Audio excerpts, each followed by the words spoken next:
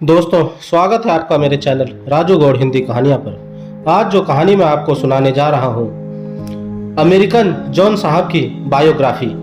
America के एक वैज्ञानिक थे। उनकी बीवी ने तलाक देते हुए कहा था कि ये आदमी बुरे नहीं हैं, लेकिन सुबह शाम दिन रात अपनी ही दुनिया में खोए रहते हैं। डिनर टेबल हो या बेडरूम, हर जगह अपना दिमाग जाने किस कैलकुलेशन में लगाए रहते हैं। तमाम अच्छाइयों के बीच इसी एक कमी के कारण उन्हें तलाक देना पड़ा। ये किस्सा पढ़ते हुए मुझे सबसे पहले जॉन साहब की याद आई। असल में आर्टिस्ट लोग थोड़े अपसेट माइंडेड होते हैं। उनकी सेंसिबिलिटी की रेंज औरों से अलग होती है।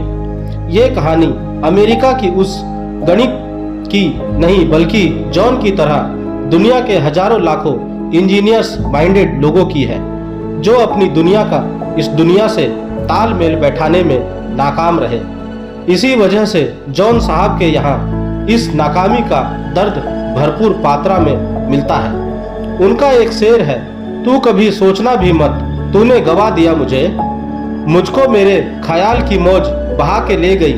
जॉन साहब भी जीने के इस परंपरागत ढंग में फिट नहीं हो पाए और फिट होने वालों पर खूब तंज कसते रहे। वो कहते हैं, जो मियाँ जाते हैं दफ्तर वक्त पर उनसे जुदा है। अपनी दुश्वारियां यानी वक्त पर दफ्तर जाने वालों की जिंदगी से अलग उलझने हैं जॉन साहब की। उनके लिए नौकरी पर गृहस्थी, इंश्योरेंस, ये सब कोई मसलन नहीं है। वो तो अस्तित्व का रहस्य समझने निकले हैं। उन्हें तो खुदाबंद की इमदाद करना है। पर मुद्दा यह है कि आपको घूम फिर कर रहना इसी दुनिया में है, इन्हीं लोगों के बीच, चाहे जी ले या ना लगे। जॉन के साथ भी यही हुआ। वो दौड़ते भागते लोगों और मशीनी इंसानों के बीच फंसा हुआ महसूस करते थे। दुनिया के इस भीड़ में अपने विचारों के साथ अकेले खड़े थे। इसी घुटन के एक्सपेरिमेंट पर जाकर उन्होंने लिखा होगा, ए बहस्तो, मुझे उसी वादी में ले चलो। ये कौन लोग हैं यहाँ, ये कहाँ आ गया हूँ मैं। जॉन कभी खुश नहीं रहे, किसी को पाकर भी नहीं, किसी को खोकर भी नहीं, किसी के साथ भी नहीं, किसी के पास भी नहीं। जाने किस तलाश में भटकते रहे।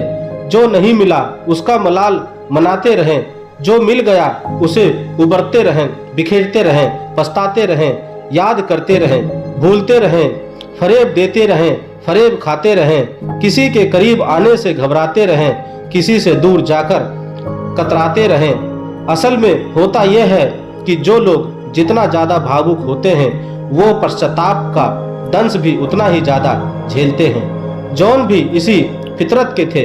वो कहकर भी गए हैं कि खूब है इश्क का ये पहलू भी, मैं भी बर्बाद हो गया तू भी।